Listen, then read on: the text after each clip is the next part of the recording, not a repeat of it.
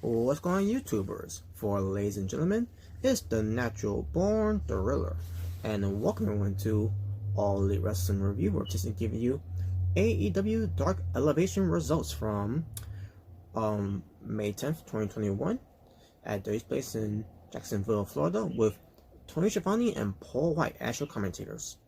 So let's get right into it.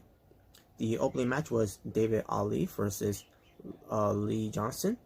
And the match itself was pretty decent, with obviously Lee Johnson winning from the Nightmare Factory. Then we get to Eddie Kingston versus VSK.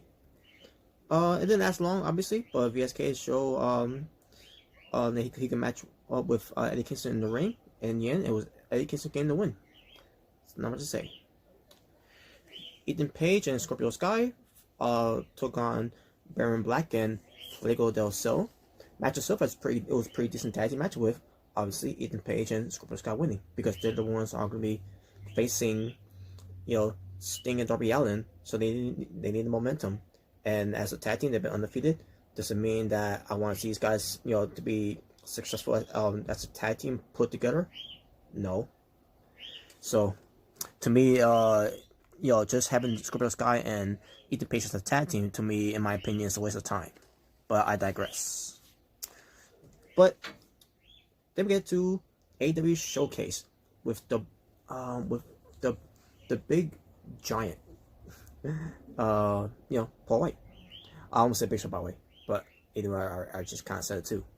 But he interviews Danny Limelight, who is the radioactive Bobby. I think that's his nickname. And they teased this before. I was like, wait a minute, what? When is he's going to get the the talk, either the rising star, or maybe the showcase or whatever, where it tends to talk about his background and all that, and how he got into wrestling and everything. So this was finally the moment, the opportunity to do it. So Paul White asks Danny Limelight, who is Puerto Rican, by the way, and from Brooklyn, New York, and I can relate to that, by the way. I'm just saying. But he asked us when he got interested in wrestling. He said he was interested in 97. Back in 1997, he fell in love with the storytelling, and you can see how his storytelling in wrestling had digressed. So I guess I could definitely see why he loves the wrestling, because of the storytelling.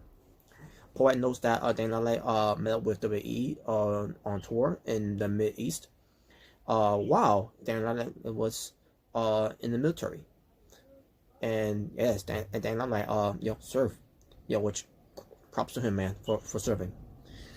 And talks about how he joined the military. He didn't join the military because he was a troublemaker or that, or not that, because most of them, some troublemakers do end up going to the military, to get a fresh start, and to change their ways and all that, change their attitude, to be a better person.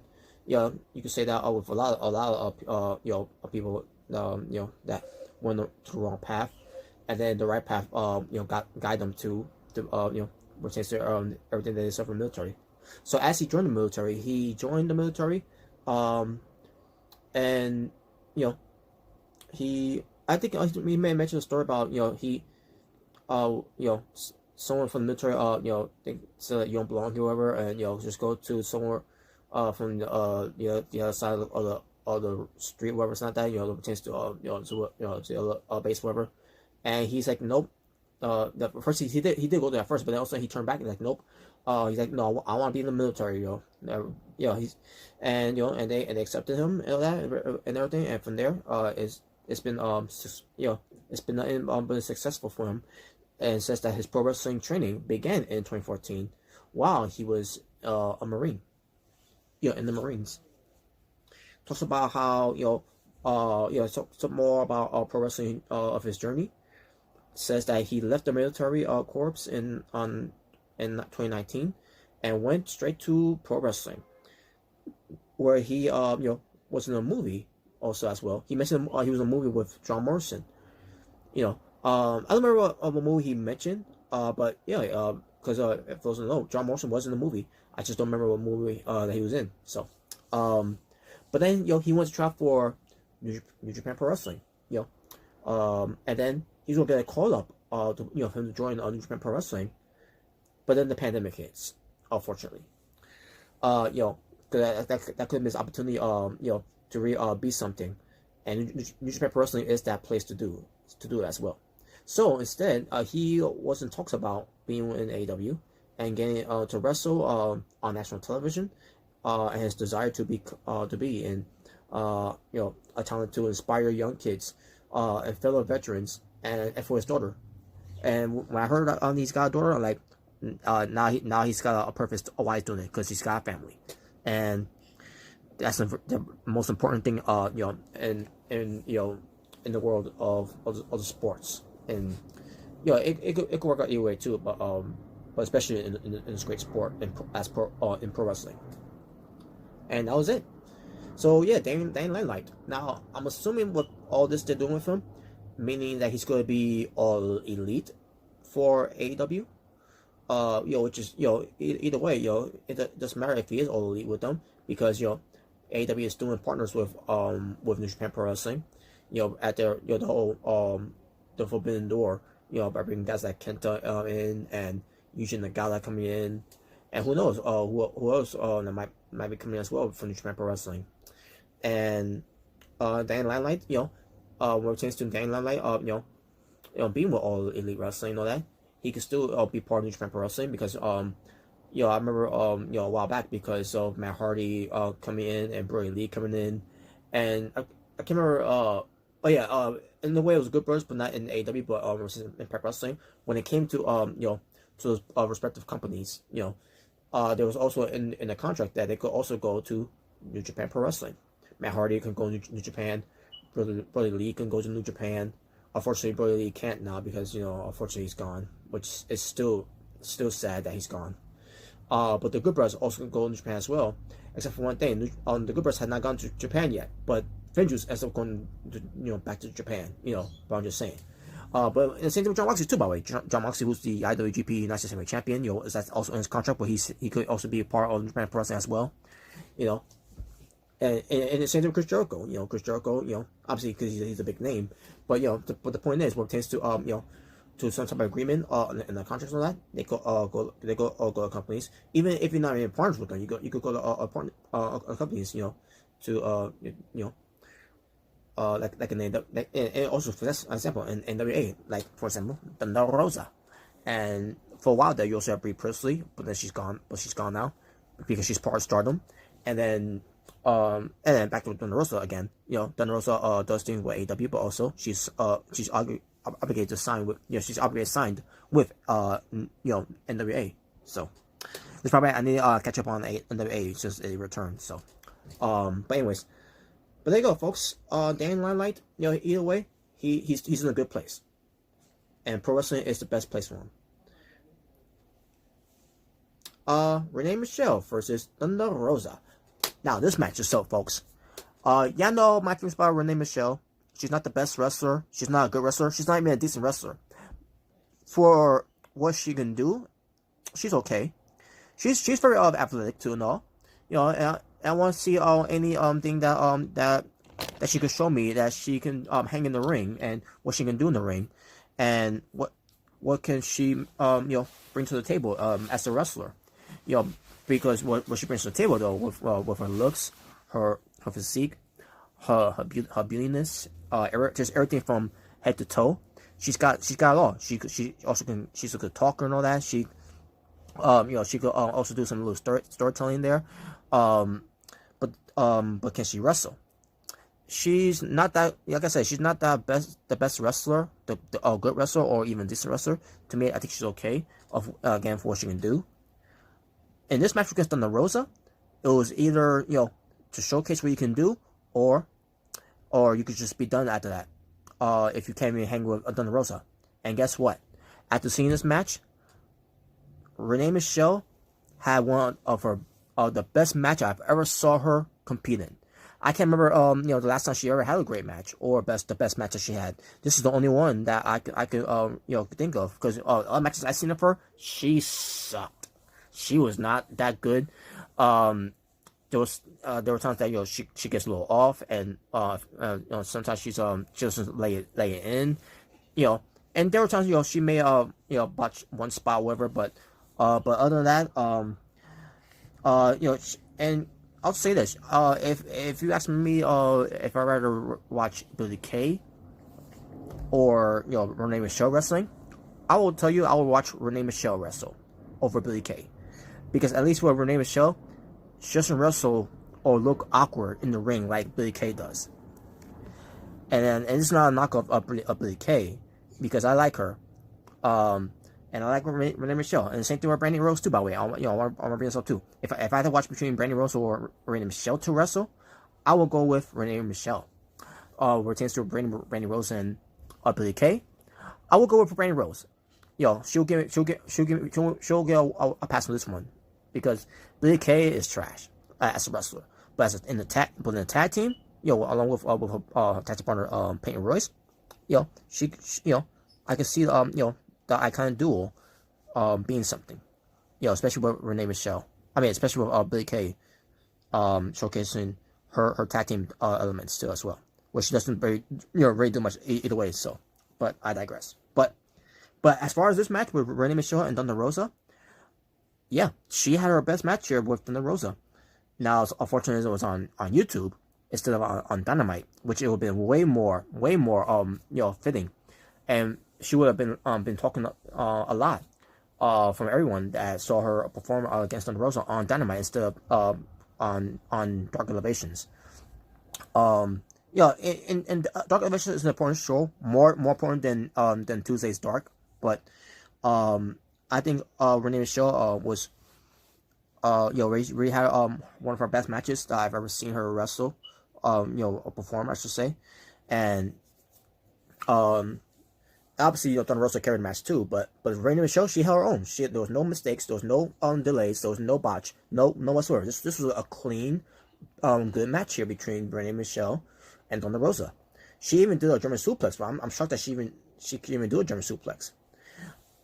And in the end, obviously, Thunder Rosa wins. But in defeat, Renee Michelle was smelling like a bouquet of roses. I mean a bouquet of roses, I meant to say. So yeah, I would love to see Renee Michelle, more of her wrestling like this, not just with Thunder Rosa, but with others as well. So hopefully we get to see more of Renee Michelle, with improving of her wrestling. So, and after seeing this, I saw a lot of improvement there from Renee Michelle. So, Eddie Kingston, backstage saying that the next match is on his mind. What's getting on Eddie Kingston's mind is the Young Bucks. He suffered with them. He talks about how they are the EVPs, and criticized the Young Bucks are with Kenny Omega and Don Callis because it's too hard to do what they wanted to do. Callis stands for everything that he's against. Basically what I mean that the Young Bucks are against, I meant to say. And he says that the Young Bucks are disrespected, the fans because of that, and the company because of that, and says that you're basically treating the company like a joke now, and basically saying that they're gonna have to rip. Basically, Eddie Kingston meant to say it's gonna have to rip their hearts out, and take basically Eddie Kingston's telling the Young Bucks to retain everything that Eddie Kingston represents in the company and all that, and try to make it somewhere in wrestling. The only way take that away from Eddie Kingston is by ripping his heart out and taking his shirt off, and basically try it. So obviously it was a great promo there from Eddie Kingston. So, and that basically is developing more heat between Moxley and Kingston versus the Young Bucks for Double or Nothing, which we'll get to more of that.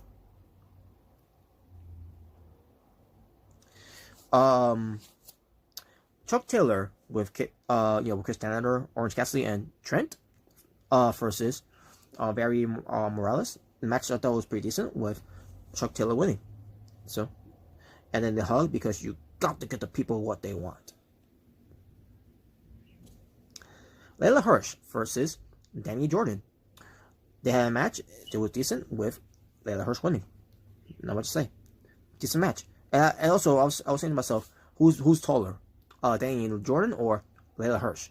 Obviously, Danny Jordan is taller, but that didn't matter because at the end of the day, Layla Hirsch, who is legit, still wins the match.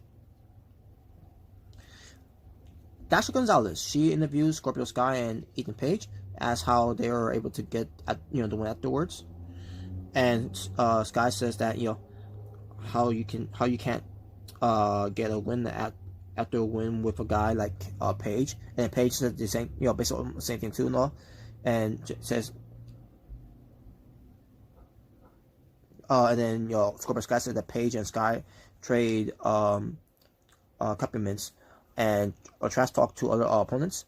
Page and Sky then also start mocking Darby Allin and Sting.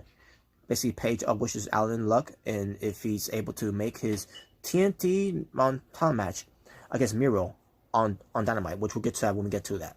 Right, this is the next review of it. So, and they'll be watching, and there you go. Nothing to say. There you go. Matt Sydal versus Manny Smith. And match itself was pretty decent with Matt Sydal winning. Jay Cargill versus Reka Tahaka. I meant to say Tahaka. Now this is I talked about this before with Reka Tahaka was basically tall like Jay Cargill, and as soon as we got to to here pertains to Jay Cargill and Reka Tahaka. They're both the same size. Now, obviously, this match was a squash, obviously, which I'm shocked because Reka Tahaka is is Samoan and she's strong and all that, but I guess Jay Cargill, I guess she's more superior and more stronger, and the match didn't last that long. Reka they got some offense, but potentially on the pump kick. But then Jay Cargill, returned a pump kick off her own, and then she goes for the jaded, and got the win. And nothing much to say. So after the match, though, Mark Sterling, the former quote unquote lawyer of MJF, pertains to guiding him to the AEW World Championship title against Jon Moxley since last summer, and he offers a free advice to Jay Cargill that he represents MJF, and basically just make sure I already mentioned already, and notes that there's more money on Dynamite to make than on AEW Dark and Dark Elevations, and he says all he wants is 30 minutes of her time, and so she walks with him, and that was it. We didn't see how the discussion was, pertains to the meeting, but she agreed to walk with him, and that was it. And we'll get to more of that, in the future. Which will game close, by the way, folks. So, Mark Quinn and Matt Hardy with Isaiah Cassidy versus Dean Alexander and Dylan McQueen. And match itself was decent with Matt Hardy and Mark Quinn winning. Obviously, because they cheated. So, nothing to say about the match. Dr. Britt Baker DMD with Rebel versus Rochelle Rose. Rochelle Rose, she got squashed in the match here, but she got some offense in the match too, but not enough against the dentist known as Britt Baker, and Britt Baker won. She won with the curse stomp. So there you go. Ty Conti versus Mandy Rankowski, and match itself was pretty decent with obviously Ty Conti winning. Ty Conti, I should say. Alex Marvez interviews Thunder Rosa. Thunder Rosa says her submission move that she did, by the way, to Renee Michelle, that's how she beat her. She calls it the, and I'm trying to translate this. She calls it the Talavera choke. And I forgot how it looks to know, folks, but that's what she's calling it. But that's how she beat Renee Michelle on that night. And talks about how I'm using that because of her MMA background. And Rosa says that she beat Baker because Alice Marvez mentions that Rosa beat Baker in the lights out match, and she said yes, and he also mentioned that she's also getting a title shot, and she said yes, but that was an unsanctioned match, which means that it doesn't count in the record books, and all, and it also doesn't count when it comes to the power rankings because it was unsanctioned. And if it's unsanctioned, that means that it doesn't really count of you pertains to AEW gain a point or whatever. So the ranking system. So basically with Moxley beating Moxley beating Omega, I meant to say, from 2019's Full Gear. Yeah. But says that but don't matter because she will face whoever comes out on top at double nothing between Hikaru Shida and Dr. Britt Baker, or whoever's going to come out as champion. And she reminds everyone that she's not done with Serena D because she wants to win back the title, the NWA Women's World title. And there you go. Good promo there from Thunder Rosa, as always.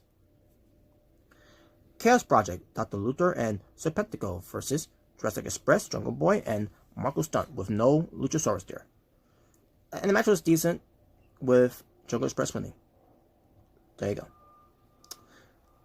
Britt Baker and Rebel, or Reba, are backstage saying that she spent more time lacing up her boots than in matches. She talks about her upcoming title match against Hikaru Shida at Double Nothing, and she says, "Shida later."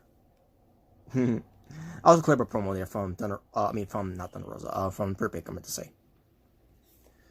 Alex Reynolds with John Silver and Coco Banner at ringside versus Isaiah Cassidy versus with Mark Quinn and Matt Hardy at ringside. There was a lot of commotion going on outside the ring too. Pertains to everything that's going on here. I don't remember if they need kicked out or whatever, but pertains to Mark. Pertains to Alex Reynolds and Isaiah Cassidy in the match. Decent with Alex Reynolds winning, and after the match, they were still there. Pertains to to those who that were outside the ring watching the match. They were still there because after the match, Isaiah Cassidy takes out Reynolds with his belt, basically the belt they took off of his waist, and John Silver gets in there, and gets put in the sleeper, and as he's watching, they're beating up on Alex Reynolds, and then finally Coco Band comes in there because he was laid out outside, and I see myself, where's the rest of the Dark Order? So, but Matt Hardy had the leash on to Alex Reynolds while the private parties were holding down John Silver as he's watching, because they really can't really do much to John Silver because he's still recovering from his shoulder injury, so that's the best thing they could do for him. So the IWGP United States Heavyweight Champion Jon Moxley versus Danny Limelight. In the match, I thought it was pretty damn good, and in the end, it was Jon Moxley winning. So yeah, Danny Limelight looked good in defeat, and the reason why Moxley had to win here is because Moxley signals his Dynamite opponent Yuji Nagata pertains to the match they're gonna have on Dynamite, which we'll tell when I get to a review.